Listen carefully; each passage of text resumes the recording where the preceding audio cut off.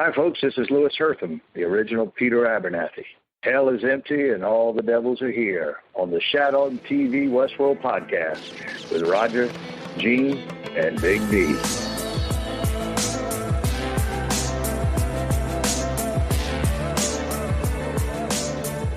Welcome back to Shat on TV Westworld Edition, the unofficial podcast companion piece for the hit HBO television series Westworld. My name is Roger Roper, also known as The Raj. Alongside me are my two cowpokes, Gene Lyons. 2 days into 30 of sobriety. And Big D, Dick Ebert. I'm having some bad deja vu here. And this is the episode where we take a deep dive into this week's episode of Westworld. Guys, this was episode 7. We only have 3 remaining. What are we going to do with our lives after Westworld ends sometime in December? I mean, I'm hoping we find something new to watch, and I'm hoping that the listeners help us choose that, because honestly, I've been kind of scanning around to see what other sci-fi stuff is in the same vein as Westworld, and it's going to be a really hard act to follow. Yeah, I don't think we want to just pick something to pick something. So we're racking our brains, and the audience, we want to take you guys with us, so let us know what you think, what you enjoy watching. Yeah, you can do that a couple ways. You can email us. We're hosts at shatontv.com. You can also find us on Twitter and Instagram. We're at shatontv. Speaking of blowing up and social media, guys, Gene, our Twitter and blogs going nutso this week. Yeah, there's been a lot of writing, kind of like how Westworld, interacts with people through the website and other ways, discoverwestworld.com and through HBO Now. We're not just a podcast; we're a multimedia empire. So we've got the blog and Twitter, and it's been very, very active. Lots of incredibly impressive theories rolling in. Lots of back and forth with people. What I really love about the Westworld fans, I love to sling a lot of shit, and they love to give it right back, and it's really great. I know you guys voted me last in popularity on the show. But these meaningful interactions we have really, really feel important to me. What was the outcome of that Twitter poll? Was Big D number 1? I know he was in the lead.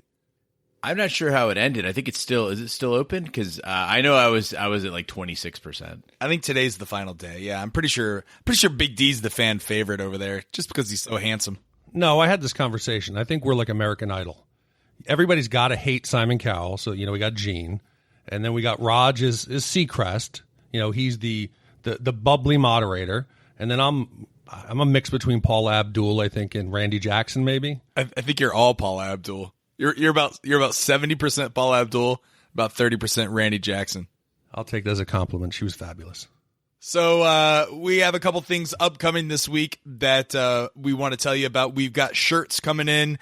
The really cool designs we'll have on our web store, as well as a contest to close out the season. They'll make fantastic Christmas gifts, so be on the lookout for that. And we're also in talks with a couple of the actors from the show to come on the podcast and do some interviews. So be on the lookout for that. We'll know more information and timing as soon as we do. We'll let you guys know. So again, make sure you follow us on Twitter, Instagram, Facebook. We just went over 100 followers on Facebook, and I think we're approaching 400 on Twitter. And it's been great. So thanks so much for the fans who've been listening. So without further ado, this is the second time we've recorded this podcast due to an error. Oh, someone's waving at me. Big D, you want to say something? Yeah, I was going to talk about that. A little look behind the curtain. This is the second time we're doing this. So we normally record late at night because I'm on the East Coast and those two guys are out west. So we normally record when it's dark and everyone's asleep in my house. So right now I look out the window, the sun's out. This is very strange. I like recording during the day. I got a lot of energy. I'm excited. So yeah, hopefully this will be good. When we talk about the social media numbers, I don't want people to think we're just sitting here stroking ourselves. The whole point of the social media channels is to get everybody talking. It's not about us, how many followers we can get. When I go to YouTube and I post a video and I turn around, there's like 119 comments, and I see dozens of people going back and forth. That's what we want. That makes us happy. So it's not about us. It's just creating the community So that's been fun. I don't want people to accuse us of being egotists. It's also a regular occurrence that when I just wrote a blog today for the ShatOnTV.com, blog about Westworld, and I was looking for, it was 9 terms, the Westworld fan glossary, 9 terms that you guys came up with. And, it's just great source material. I think on a regular basis, when we're trying to figure out a mystery, we can actually go to what you're sending in and go, oh, yeah, Jez has got it figured out. Or Carrie's on the right path, or, whatever. And it's really, really useful to us. So this is a team effort. We can't stress that enough. Yeah. So in response, I've already got your 2 comments back regarding your blog there, Gene. I posted it on Reddit, and 2 more that came in. Clippy for Mini Robert Ford. Clippy, the old Windows guy. Yeah. Office. Clippy. And then Budget Ellen Page for Elsie Hughes. Oh, jeez. Budget Ellen Page. Wow. I love Lady Gaga hooker for Clementine. I was just like, wow. I'm glad it wasn't the only one who thought that, that they looked alike. Yeah. So if you haven't had a chance, read that blog. It's hilarious. It's 9 West words that have come up from the fans, and it's pretty hilarious. So I laughed when I read it on the toilet, which is where I do most of my reading. Little behind the scenes action there for total point of trivia. Reading in Farsi means shitting, so that is where you should do your reading.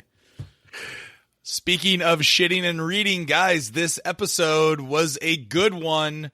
It seemed to really catch the Westworld fans' imagination and attention, and I received multiple text messages from friends, from fans, from family.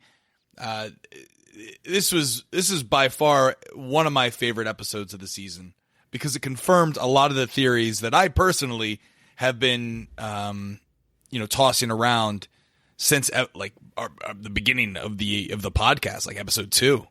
But I think the episode had a little bit of everything for everyone. Raj, I know you're a huge fan of romance, and you're a big romantic at heart. I know that train scene between William and Dolores tickled your fancy. If you wanted action, we had the Gatling gun and the horses. If you wanted the big mysterious reveal, we had the end scene down underneath the cabin in the cottage.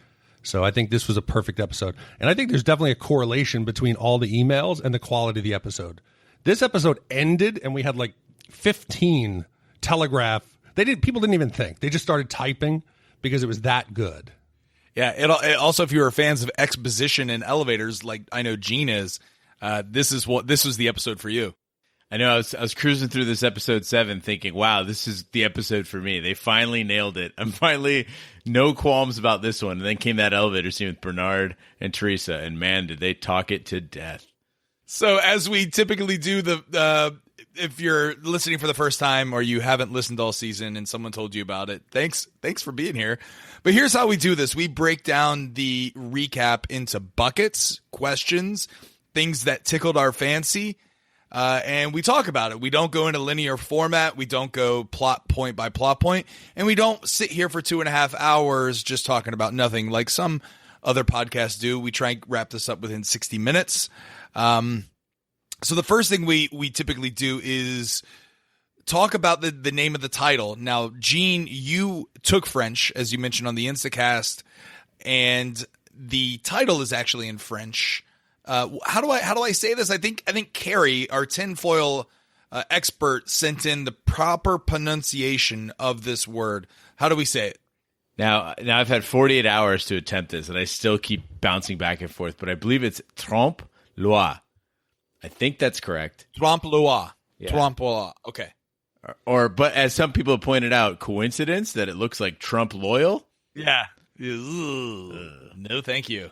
Yeah. So basically, this means it stands for French, or it's a French word that stands for deceiving the eye, and it's typically used in art. Right? It's a technique that allows for realistic imagery to create optical illusions. So when I was doing some research, think of this in your head as you're listening to the podcast. If you've ever seen a painting where the subject is crawling out of the painting and it's flat, but the way that the artist has drawn or as painted the image, it looks like it has depth. It looks like it's in 3D.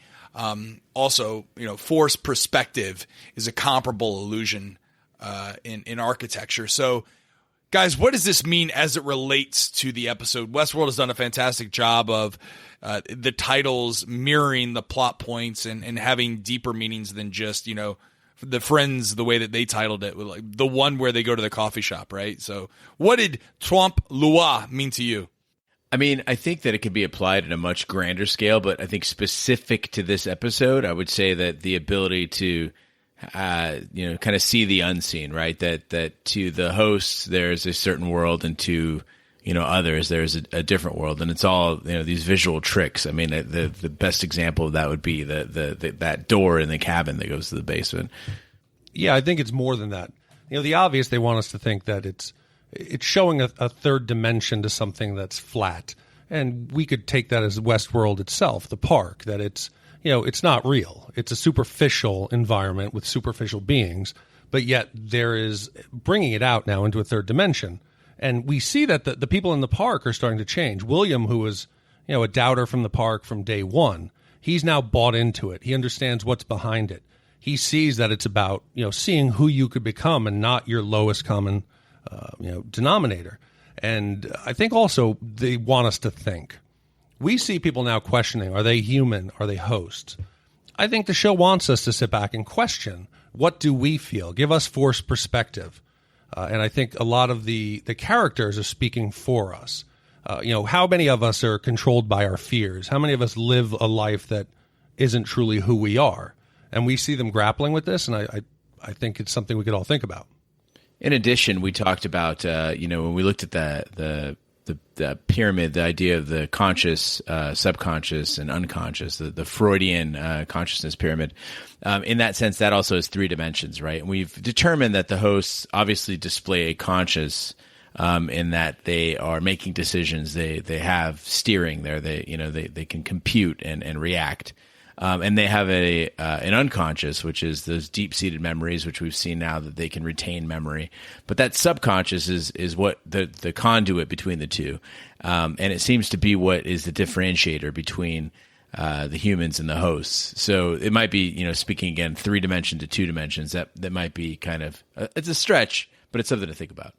Big D, you had mentioned the idea that Delos or Westworld is more than just a park where people can go and live out a fantasy world and spend $40,000 a day to hang out in Maeve's saloon or Pariah, right? There seems to be a deeper hidden meaning, right, to what's happening, and specifically what's going on with the parent company and their true intentions. And I think that might also have something to do with the name, because we learn a lot more about the corporation and what they want to do in the future, short term and long term. Seems as if Charlotte wants to force out Dr. Ford, and the whole reason that they've been purging information out of it is they're really concerned about the IP, right? They're really worried about Dr. Ford saying, the hell with you, the hell with the corporation. This is my world, my creation. I don't want anyone to have it. Yeah, the definition, like you said, is it's an illusion. It's forced illusion. The entire park is an illusion. Even the employees don't understand what they've been working for 30, 40 years. Charlotte says it's not about cowboys and fucking. It's about something much deeper. It's about the code. And none of the employees even realize what's going on. So we get the answer to that question that Sizemore and Teresa had that first day on top of the mesa. But I just really, really hope in every movie, the typical trope, whenever anybody wants to abuse a technology, is for military means. They want to militarize something. And I just hope that Delos' ultimate intention isn't to create some kind of super soldier or to something like that. I hope it's something smarter and something more eloquent.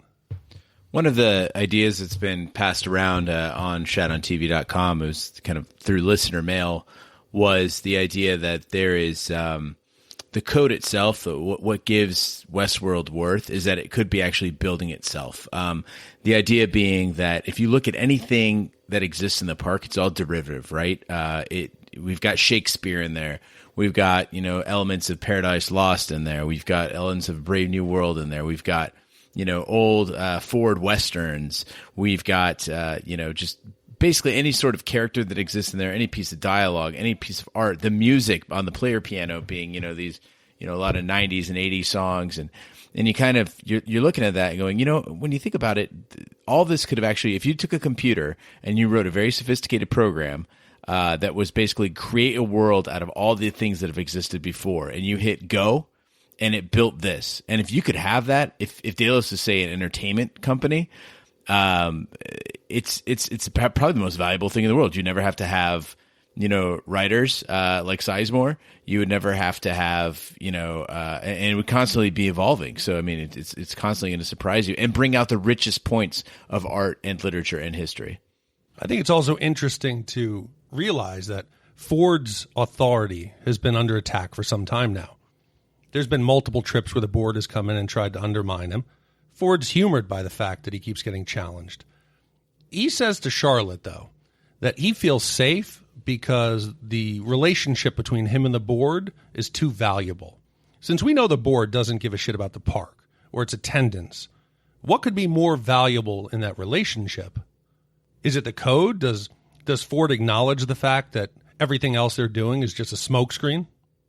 I mean, it seems strange from the start that you've got this AI, you've got androids essentially, you've got terraforming and the ability to control pretty much everything in a world, right? I mean, it is a God scenario, and it's being used for a Wild West amusement park. Like when you step back from that, it's just ridiculous, and so it kind of makes you wonder, the writers aren't dumb here. HBO is not stupid.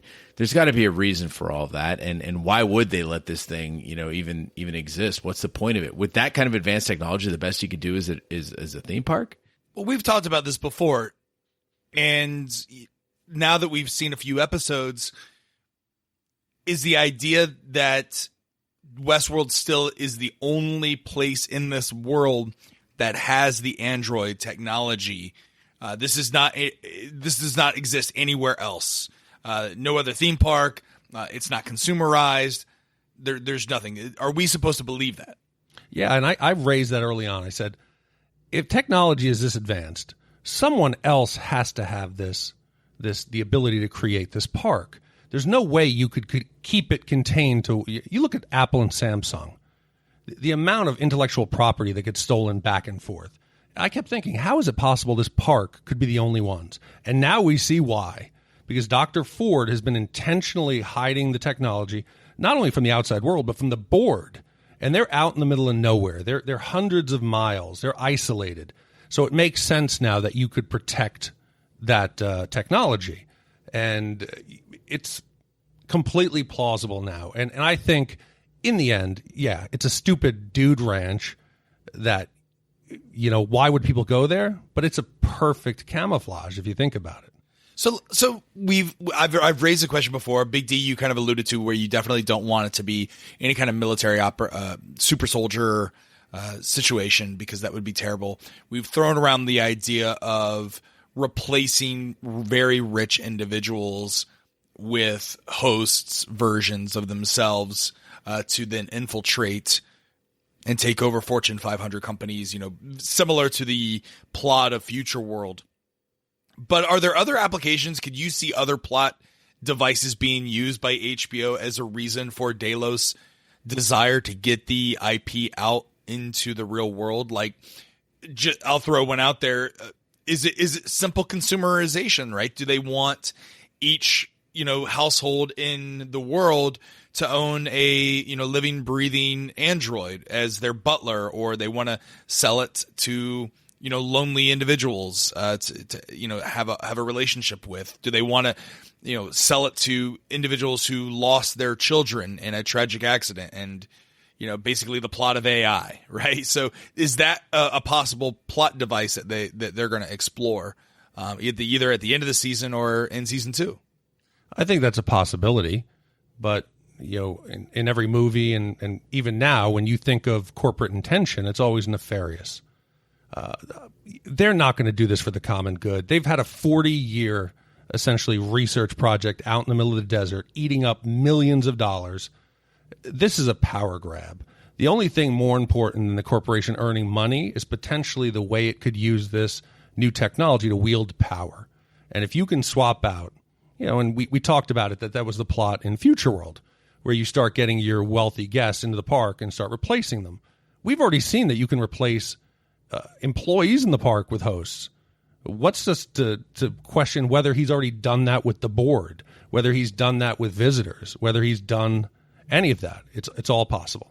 Yeah, I definitely agree. You talk about the idea of the future and this research project, and one of the scenes that got a lot of people upset about on social media was when Clementine was down in the I guess beneath in the, what are we calling those areas? Down in the levels, right? Down in the tunnels. It's called the body shop. The body shop. She's down in the body shop, and they programmed Clem to be beat up by another host and then turn around, and then this is supposed to show that the robots are dangerous. People got so upset over this. People are like, well, why would they do something like that? Like, that's harassment of women. No, this shit happens today. Think of all the videos that you've seen of robots and androids being built today for military operations, like the one that looks like a little dog that can carry material and stuff. What do they always show humans doing to it? Kicking it, pushing it over, hitting it with a hockey stick. Like that's what humans would do to these poor robots. I mean, guys, I'm fearful for the future. I really am. No, I think this was a perfect combination. All along, they've been wanting us to feel for the hosts. We're supposed to care about them. We're seeing their lives. We're seeing them replay it. We're seeing what their motivations are. So we're starting to care. Now you put her in a situation where we have a host who we care about. We know her. We're her friend, getting beat up. So it's a combination of us caring about that character and then just having, any time you see a man strike a woman, it should make you feel uncomfortable. And that was the point of the scene. But, that guy gets his head put through the glass like 2 minutes later. So hooray for that. You talk about talking about that scene. So obviously we were introduced to the character of Charlotte Hale from the board in last week's episode. This week's episode 7, we learn more about her intentions. The fact that she wants to, use Teresa to set Dr. Ford up in this scenario. The question was raised a couple times on Twitter: is Charlotte actually Dr. Ford's mole inside Delos, or was or is this just another representative from Delos that Dr. Ford is going to go head to head with? Well, there's been some back and forth on that. Initially, I thought it's got to be that, Charlotte says the same blood sacrifice line that Dr. Ford says, and therefore he must have programmed her. We see that a lot where, Bernard and Dolores delivering the same kind of lines, Ford and Bernard, echoing. In this case, though, it was pointed out that Hector is also in the room. Hector could be the mole. He could be serving Dr. Ford and reporting back to him. However, there are other people online now who are saying, no, Hector was shut down during this conversation. I don't recall that. I went back and watched it. I don't think he was shut down. And if so, even if he was not animate at the moment, dude was tied up, he can still listen. So I don't buy that. I think it was Hector. Charlotte, again, she's the one who's proposing they fire Bernard. She's the one heading up this investigation. And she seems, although morally flexible, she doesn't seem like a host that is strictly serving Ford. I think that she would have a bit more loyalty and he'd be a lot more cautious. I was one of those who thought, blood sacrifice, it has to be, one of Ford's hosts. But no, this man can make people's their tracking devices turn off. He can replace employees with hosts. I'm pretty sure he can make Hector listen while he's supposed to be asleep. That was a complete spy game. And I'm picking up, there's Trojan horses are themed throughout the show. Whether we have the bodies being pumped with nitro and being put back into the battlefield, or you have what seems like a sex slave, a good time being sent in there, but really there's another, purpose and goal behind it. I've been wondering since the episode aired, We know that Ford has not stored this data anywhere else outside the park. I'm starting to think this theme of Trojan horses is going to carry through, and we're going to find out that that information is stored in somebody, and there's another Trojan horse walking around. I think you rode that Trojan horse right off the rails. Yeah, exactly. I like the idea though of the Trojan horse, though, Big D. So, what other applications do you feel that Dr. Ford would use a Trojan horse? Right, like for instance, I mean, the only character that I can think of right now is Maeve.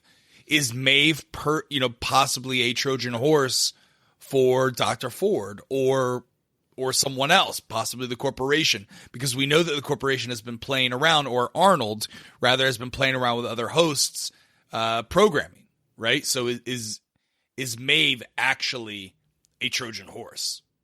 Very well could be. We have Felix and Sylvester saying that somebody had changed their code. Bernard, he's another Trojan horse. He's walking around disguised as an employee, but he's not. He's a puppet of Dr. Ford. Yeah, getting back to Maeve, Sylvester says flat out to her that, everything from her skin to the facility is meant to keep her in.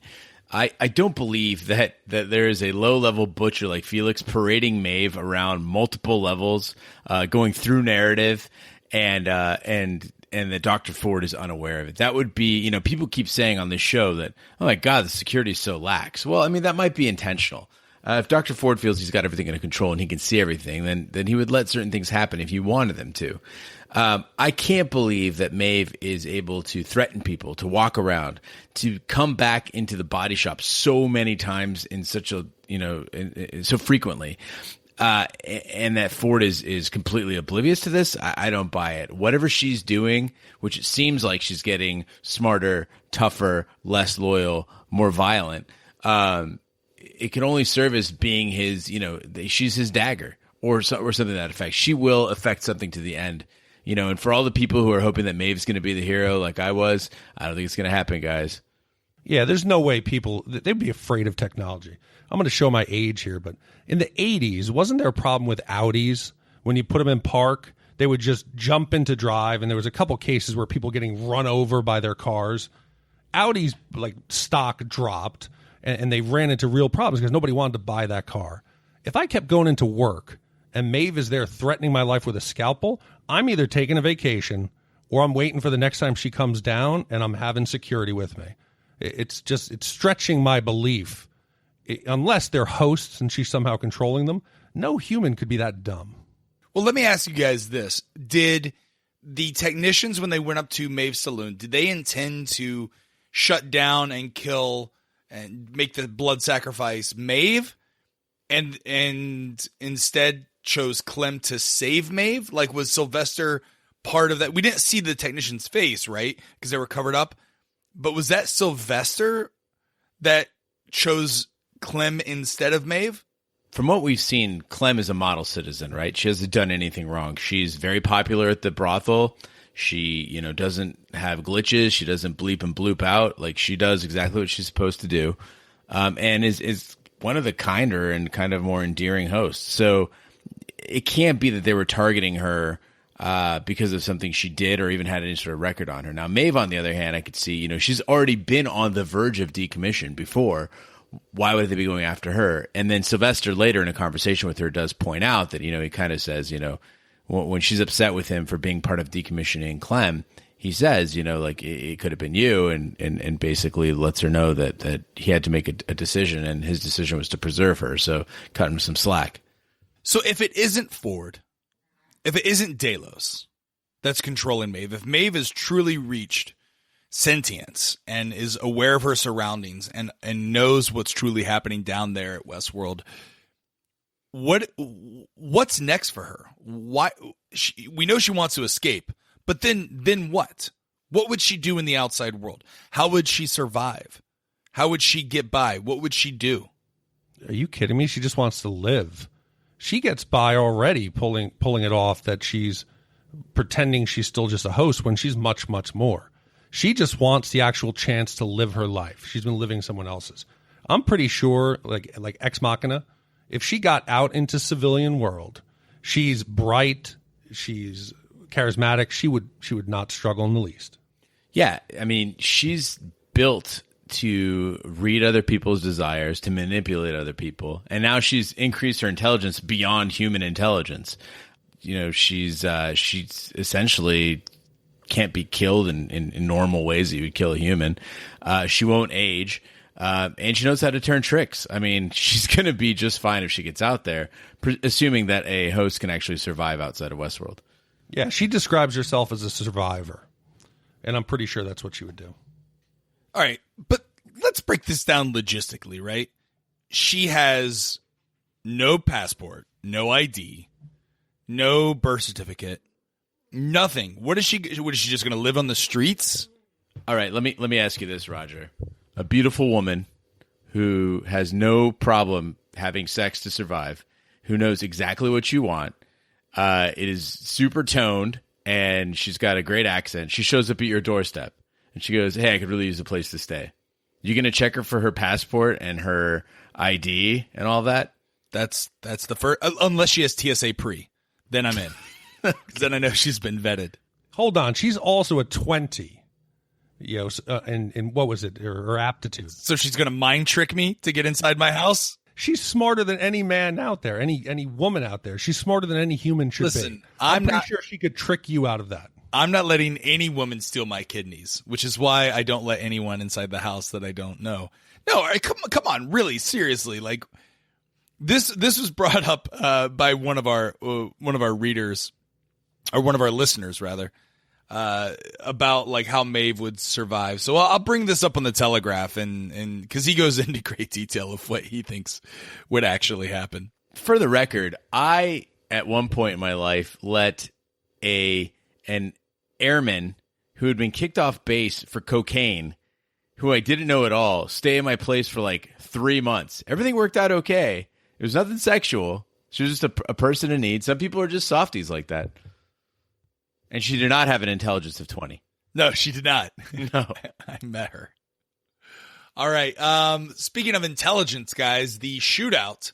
The next topic I want to talk about, that the William and Dolores train roadshow went through Ghost Nation, and there was a big shootout with the Confederados. The shootout was pretty awesome, guys. I really enjoyed it. I loved the decoration. It's been a while since I've seen an old Western, good shoot 'em up, horse ride. But it got me to thinking. We've now seen a Gatling gun in how many episodes? 2, 3 episodes? 2. Big D, you were in the military. Do you know much about historical ammunition? Well, when I was in the service, when I was a young man, I carried the 240 Bravo, which is the modern equivalent of the M60.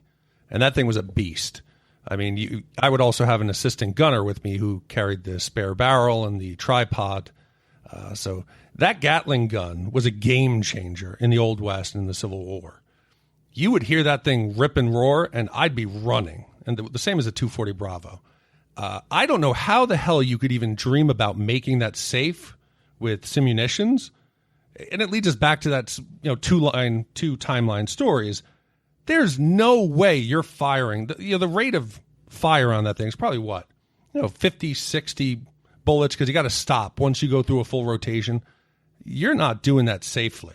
And especially after you have a body pumped with nitro exploding. No, there's no safe way you do that.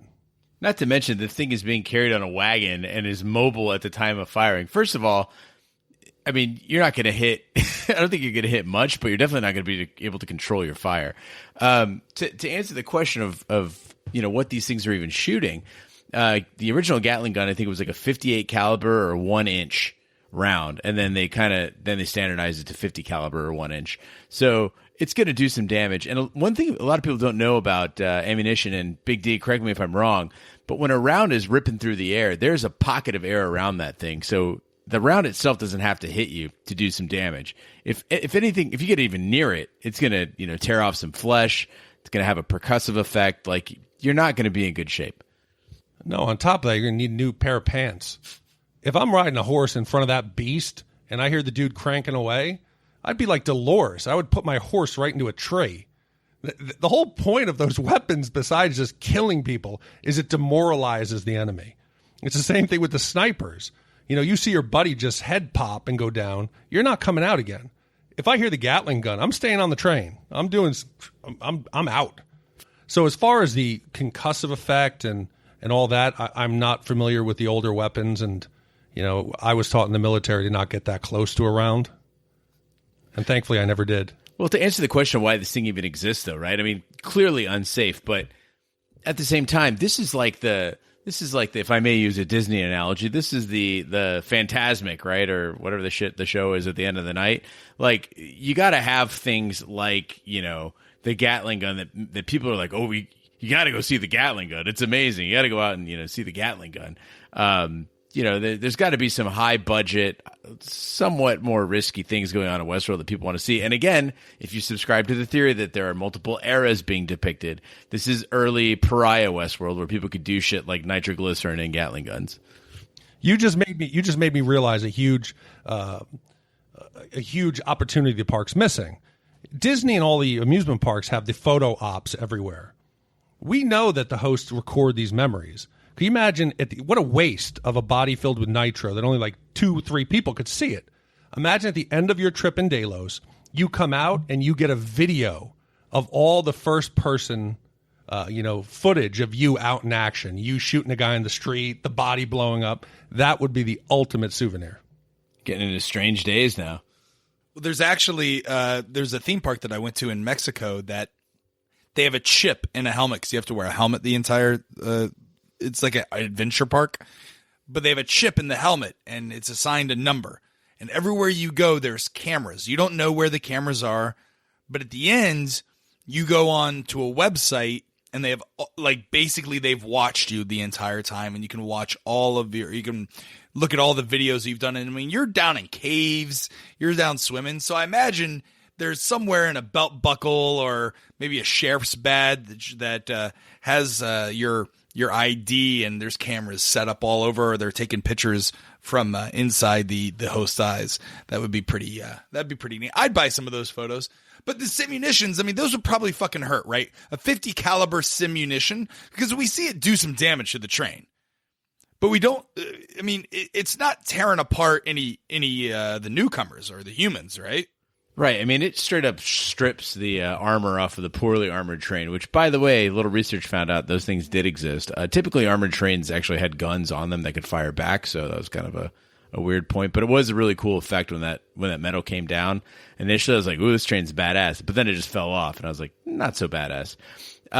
This kind of speaks to the explanation of why Dolores wasn't shot, though. A lot of people were asking, well, how did they miss her? How did they not hit her? She was out in the open like that. Then she gets picked up. She's in the back of William's horse, and how did they not shoot her there? She's got her back to the enemy at close range. And the only way I can explain it is that, just that they couldn't she's next to William, right? That there's this force field idea that because the rounds, it would be dangerous for a round to hit him while he's riding a horse. They're not going to allow it to hit her either. It's too close a call, and the Good Samaritan protocol there is not going to allow it to happen. Now that's just the idea of one of those 50 cal Gatling guns, right? Because we've seen William be hit with a round before. Right, but if he was hit even by a pistol round while riding a horse, that could be very dangerous. So speaking of William riding a horse, we do not know. And again, I get it. It's a fantasy sci-fi, but these are little things that bother me. How did William learn to ride a horse so fast? So well? Not just himself, but other people? I mean, the thinking there would be, the obvious explanation would be that it's a host horse, and so it's kind of like a Segway. It's not going to let you fall off. That maybe it balances so well that you can't possibly fall off of it. I don't know about that. I mean, that would be a really fancy horse. Look, horseback riding is tough. I learned to do it when I was young. I do it every few years, and I've never gotten past like a very, very light, was it a trot or a canter? I don't know what the hell I'm doing, but basically it's not easy to do, especially if you're a first timer. And yeah, maybe Williams had some, riding lessons in the past, but he's really flying out there. It just seems kind of implausible there. Yeah, but maybe it's a case that's why he likes the park. He has a proclivity to all things stallion related. But you have to believe that horse had some kind of like a safe mode. where it will kind of match the rider, and maybe he's just ridden before. I mean, he was doing some riding in the train, so maybe that was just practice. I think he was the horse, actually, in the train. That was romantic. I shouldn't even talk bad about it. Dolores saved the cowboy. Well, we should point out the fact, that, just like we assumed there was sex between the man or rape between the Man in Black and Dolores, and there likely wasn't.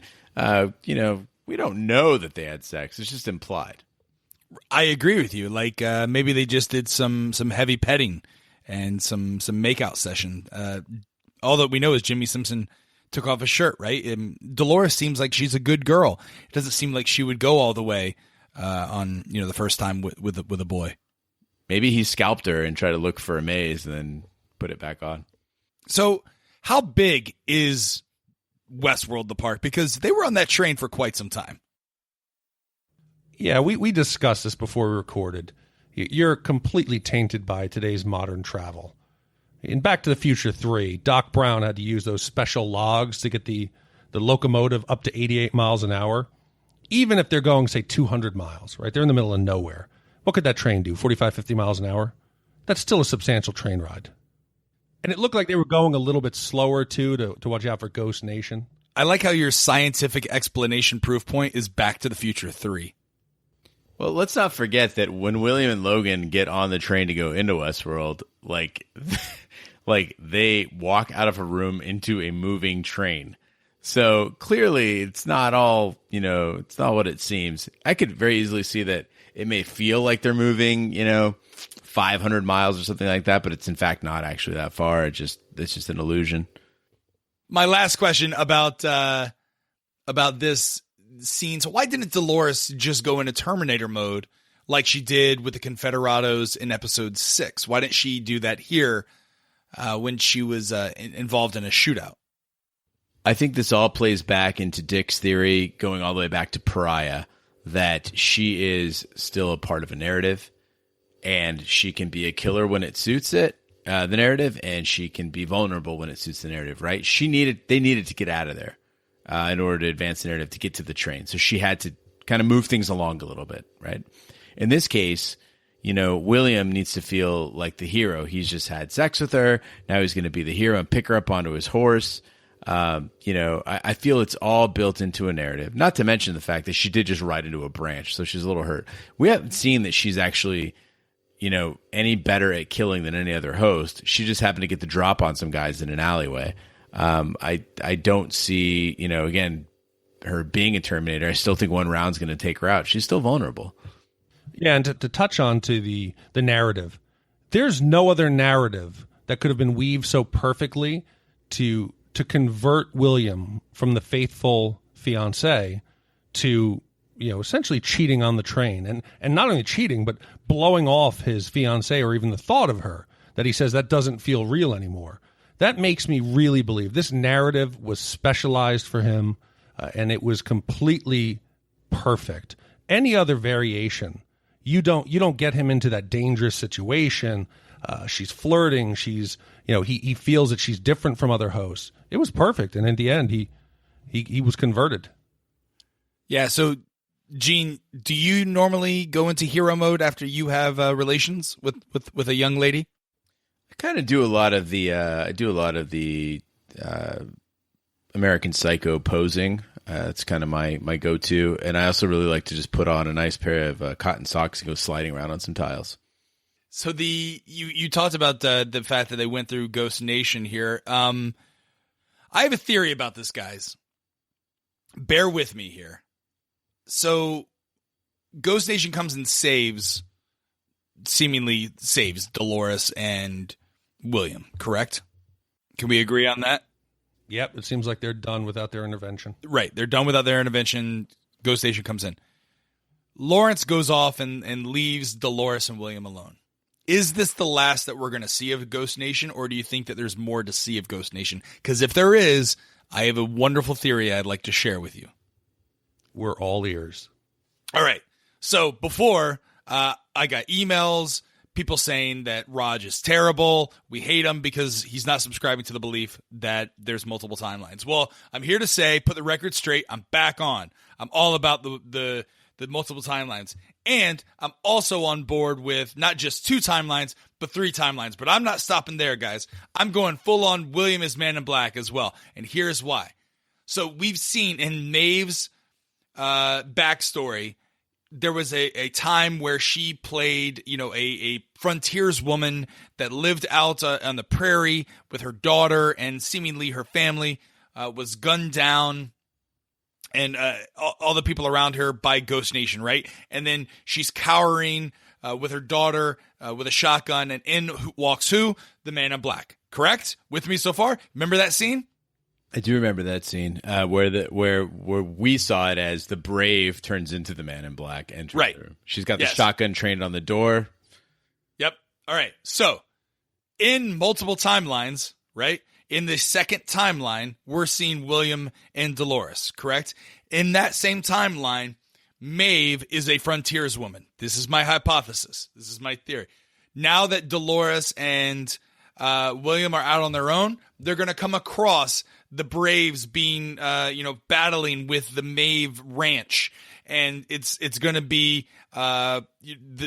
William and Dolores that shoot all the Braves and walk in to Maeve with the shotgun, and that's going to be the big reveal. That's going to be the audience tip-off. That's going to be the Bernard is a host moment that William is the Man in Black. Guys, your thoughts? I think you're going to see about 1 million Americans watching this show barf directly into their laps with shock. I think that people are going to throw their laptops, assuming that they're live tweeting along with us. Yeah, that would be the big one. It ties it together perfectly. You cannot bring these timelines together and explain that William is the Man in Black through, God, please don't do it through just, a conversation where someone just, let me tell you how I became the Man in Black, and then blah, blah, blah, blah, blah. This would be dynamite. Although it does lead to some questions. The questions being, who are the people dying in that scene?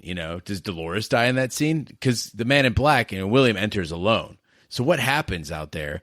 That could be, not just a great piece of writing and a big reveal at the maybe episode 10 or whatever, as this all comes to a culmination, but also, this could be an incredibly somber moment where, Dolores is killed and then he enters, and then, it could be huge. One of the biggest moments in HBO history, if not TV history. That was a bit of hyperbole. I also think what they've been doing with the timelines, at first it seemed clumsy, where there was in the second episode where everyone jumped on board. Oh, there's timelines. They're keeping it secret. They're timelines. And it's almost like the show intentionally put all those nuggets out there to people would believe the timelines. Then it became kind of too much. And people said, no, the timelines are not there. It wouldn't be this obvious. They've caused us to doubt ourselves. So all of us have gone back and forth 5 different times. So I think the show intentionally did that. They said people are going to be smart. They're going to pick up on it. Let's play with their emotions. So that would be a beautiful, beautiful ending to it. Lay it all out there in a way that, is emotionally impactful. Plus, it just puts all the pieces together. Doesn't it kind of suck, though? I was thinking about this the other day. I was brought to the idea of the multiple timelines through conversations with other fans online. That's through the podcast, through shatontv.com, through Twitter, that these ideas started to come together. And I went, oh yeah, the evidence presented leads me to believe that, yes, there are still some people out there who are watching this show. They're watching it every week. They're not on Twitter. They don't listen to the podcast. They don't go on shatontv.com. And they're just enjoying the show. And maybe they didn't pick up on the different logos, and maybe they didn't pick up on, Maeve is at the brothel and she's not at the brothel. Maybe they didn't see all this stuff. And for them, it's going to be 10 times more enjoyable than it is for us. And I envy those people. Or they're going to go, what the hell just happened? Yeah, I don't like that. They're going to be like my mom. I don't like this. Who is this again? I just don't understand this. This show's not good. There's too much nipple for me. It was funny. I was actually discussing Westworld with some people in St. Louis, and this is not a knock on St. Louis. It just happened to be the place where I was. And I was talking with them about it and kind of explaining the complexity of it and how you could actually build a podcast about this and why people would write in and why we spent hours doing this. And they were like, "Oh yeah, so it's like really complicated. So like Game of Thrones." And I just had to put my drink down and kind of steady myself for a second because no, nothing like Game of Thrones. This is a lot more complicated than that. Game of Thrones is complicated just because of the sheer vastness of the amount of characters, correct? That you have to remember their names. That's the only reason that people get I'm not talking about you per se, Gene. I'm talking about people in St. Louis. Not that there's anything wrong with St. Louis. Okay, I'm going to put a cap on this. I think that speaks volumes to the show. You can truly enjoy it being that passive viewer, the one that's just sitting back, watching it for its beauty, not really delving too deep into it, not reading blogs or listening to podcasts. Or you can be that rabid nut who's like us, who's sitting there and nitpicking every piece. I don't think there's a difference in the enjoyment level. It's just how you choose to do it. But I can't remember a show that really met both of those audiences this well. There's no surprise that HBO just renewed it for a second season. So the last topic I want to talk about, guys, in these final 10 to 15 minutes is the secret laboratory. This scene was bonkers, not just because we saw the big reveal that Bernard was a host that I predicted long ago. Gene wrote a blog about it like 27 days ago. Go back and check the history about it. But the very fact that I think this proves the third timeline that I talked about, which is when we see Dolores talking to what we thought was Bernard, it's actually the original Arnold down in the secret laboratory in the bunker, right? That to me was a dead giveaway. When he's down there in this same setting, in this same area, he's wearing a different outfit, and he's trying to convince Dolores that there's other things going on. Not to mention, if that wasn't a clue enough for you, the fact that when they hold the blueprints for the hosts, they conveniently don't show the name of the Bernard prototype. Guys, your thoughts? Yeah, I mean, it's plausible. There's the pieces don't always fit. We know that in the conversation between Bernard and Ford and Teresa, where he says that Bernard has kind of, he replaced Bernard a few years ago. But there was a full time before that where Bernard was an employee in the park and theoretically a human. So then why is one of the original drawings of a mechanical host have the likeness of Bernard? Wait a minute. Are you saying that there was a human Bernard and it was not Arnold? Is that what you're saying to me? You're saying then, okay, we'll go with your hypothesis. Okay. You think Dr. Ford creates Dolores. She's serial number 001. Okay. He then creates mechanical Bernard, who we know is Bernard, but that's really Arnold. It's a likeness of Arnold. Okay. It's not the consciousness of Arnold. He's created, it would be like if you got out of hand on this podcast or Gene got out of hand on this podcast and I was like, listen, I got to take you guys out. But I miss you, and we got to come back and we got to do this podcast again, 2018. And I just built robot variations of you that were nicer to me and appreciated the work that I did on this podcast, and didn't give me crap throughout the week and didn't tell me that I was miserable and gross and the worst person ever, right? But I wanted to, have your same look, have your same demeanor. Maybe that's what. Maybe that's what Dr. Ford did with his old buddy Arnold and just named him Bernard. Like, I'll give you guys new names. Like, I'll call Gene Kia, and I'll call Big D, I'll call you Adam. I mean, hypothetically, I would subscribe to this. Again, going back to the photo, the fact that, Bernard looks at that photo that's presented to him of Arnold and can't see the third figure in there, which I believe that it's framed for a third figure. It seems to be a common, look at it. In one photo, even looked like there was a slight outline where the other, person would be, and he kind of misses it. So we've seen that Bernard doesn't see certain things. So when he's looking at that, I can only imagine that is actually a photo, of Arnold, and if he saw his own face, that would be, kind of bizarre. Now it begs the question: there's nobody in the world who sees Bernard and goes, "Wow, that guy looks a lot like Arnold." Like, there's nobody who knows what Arnold looked like anywhere. That seems a little strange. Yeah, and I brought this up early on, and I'd posted some pictures on Instagram. To me, the big reveal was not the fact that Bernard was a host, but it's the host that's being constructed to replace Teresa. We have to question, first of all, who has been replaced. He's already done it, obviously. He's planned about it, way in advance because it takes time to build the body. We have to question everything. And also we have to question the fact that Bernard is no longer a reliable narrator. Whether it's the door or whether it's the photo, he could have been right in front of the answers we're missing, but we never see it because it's through his perception. I agree. We've known for a while, or at least suspected, that Bernard is a host. And as soon as Bernard and Teresa are going to check out the Shriek Shack, something's going down. It's not going to go great for her, and she's still continuing to make threats. And you're like, oh boy, this is a time bomb. I started thinking back even further and thinking back. Do you remember when Bernard and Teresa are having that conversation? I think it's episode 1 or 2, and she's got the angry twitch in her face, and he says, do you mind if I record that for my team? Like, how far back does this plan go? How exact a Teresa did they want to make? You're exact. That's what he was doing. Yeah. He wasn't trying to improve the hosts. He was trying to perfect the host version of Teresa. All of her nuances, all of her movements. He wasn't doing it to improve all of them. It was only her replacement.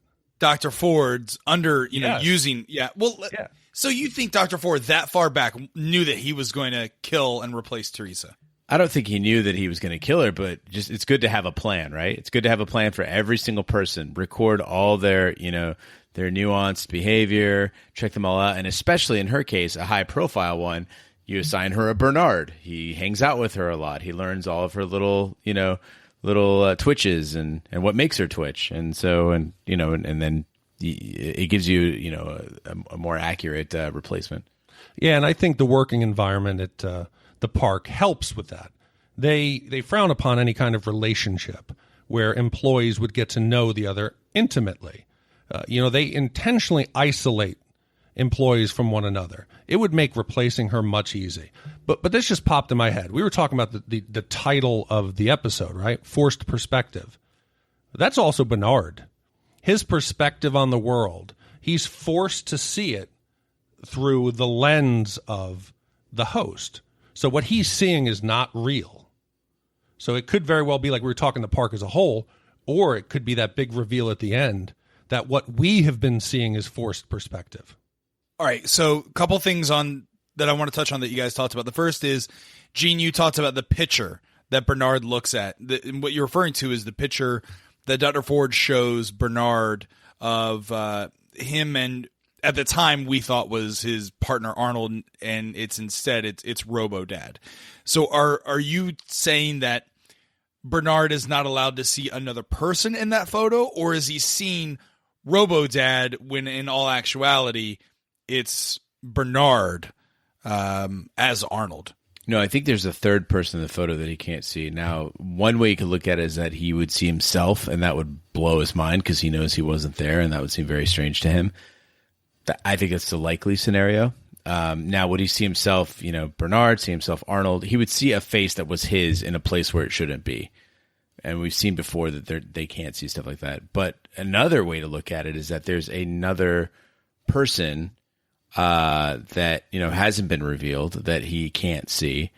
If that's Arnold, that's a completely different face, or it could be that it's not necessarily even somebody that he would recognize, but he'd be kind of looking. It'd be like staring in the face of God, right? Like seeing your own creator might make you go a little bonkers. So we've talked about some of the acting performances. Anthony Hopkins is terrifying. That was Hannibal Lecter again.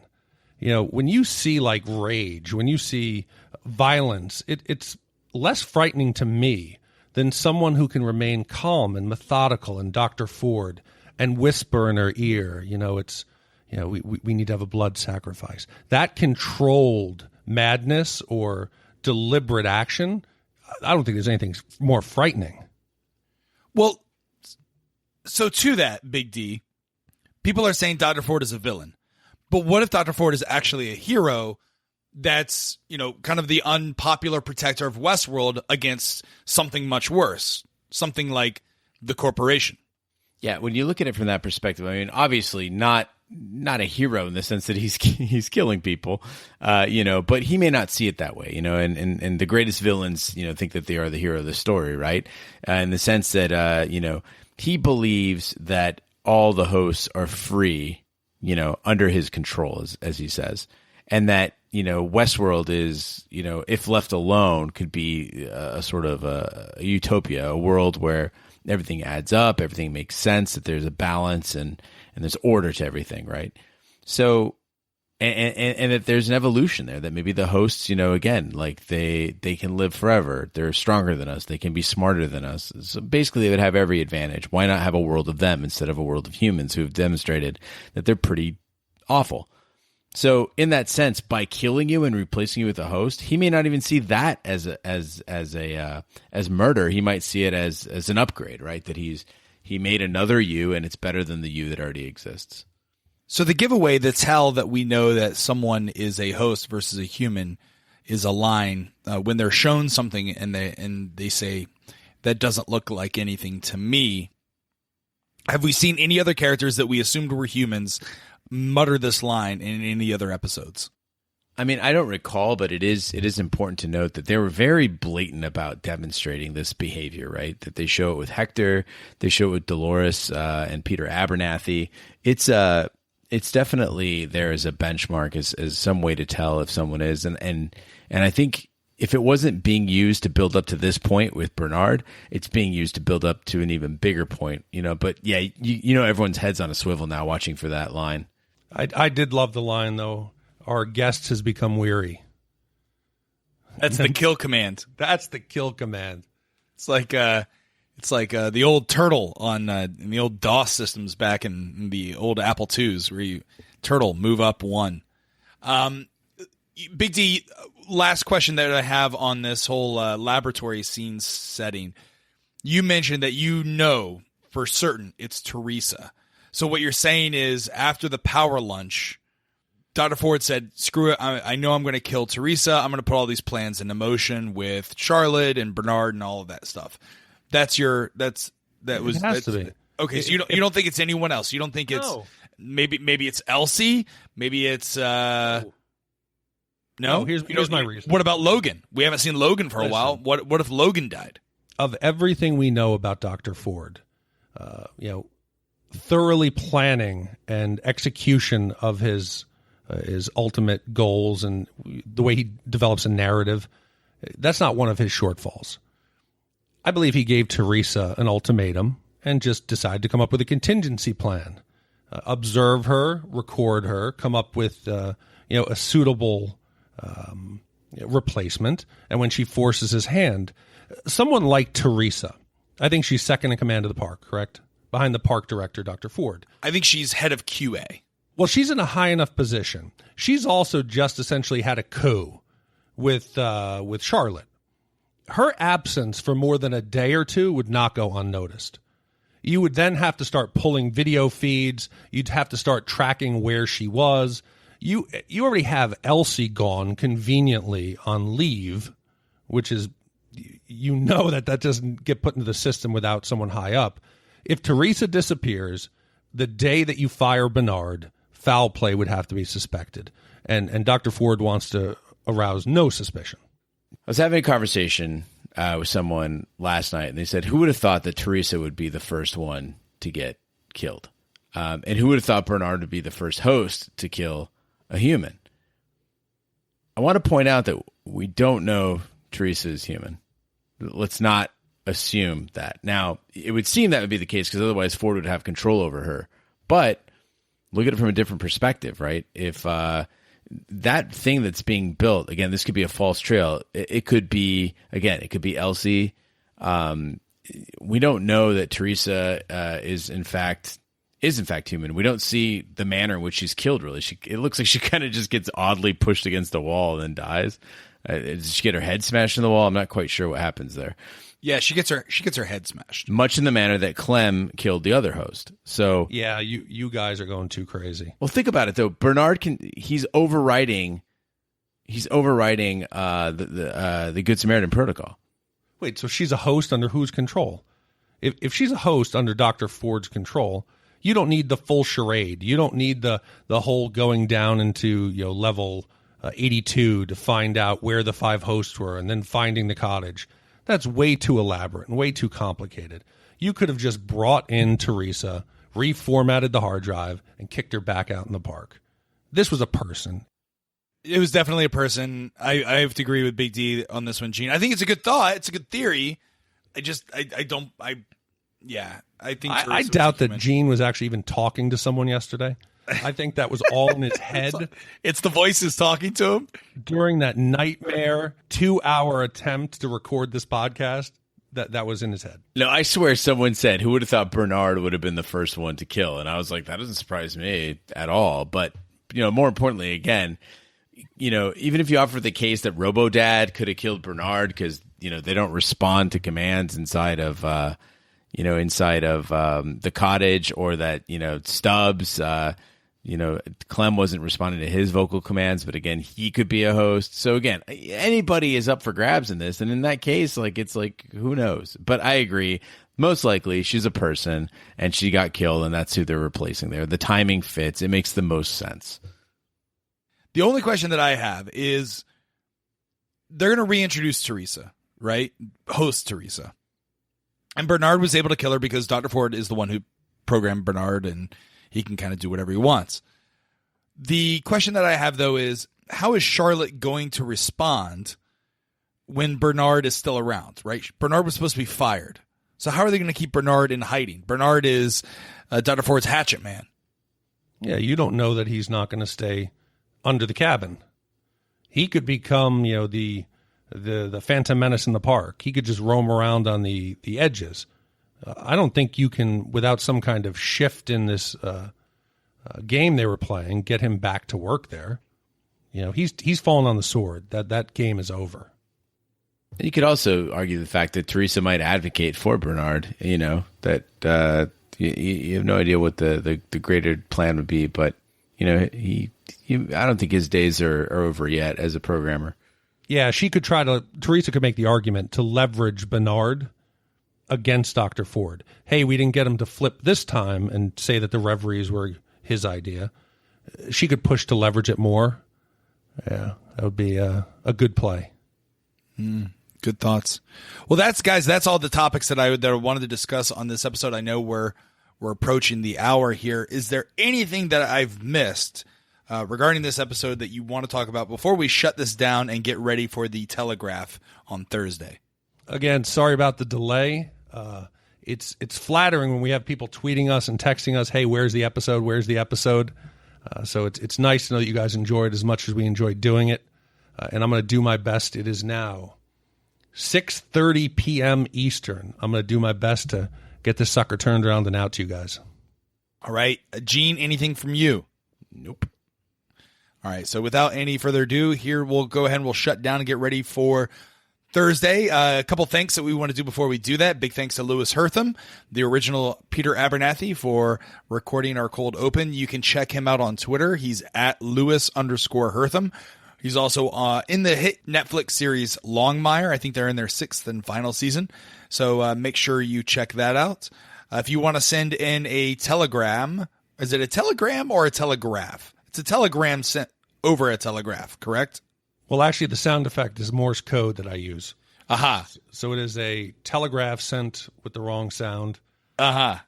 So just send us a damn email. So if you want to send an email, that email address is hosts@shatontv.com. Again, hosts@shatontv.com.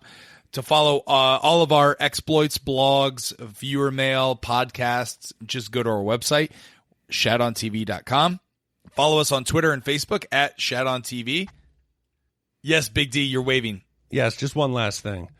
This podcast has gone way beyond any of our wildest dreams, and we appreciate it. Today, we are at number 5 on iTunes Top 100 TV and Movies. And that's because of you guys.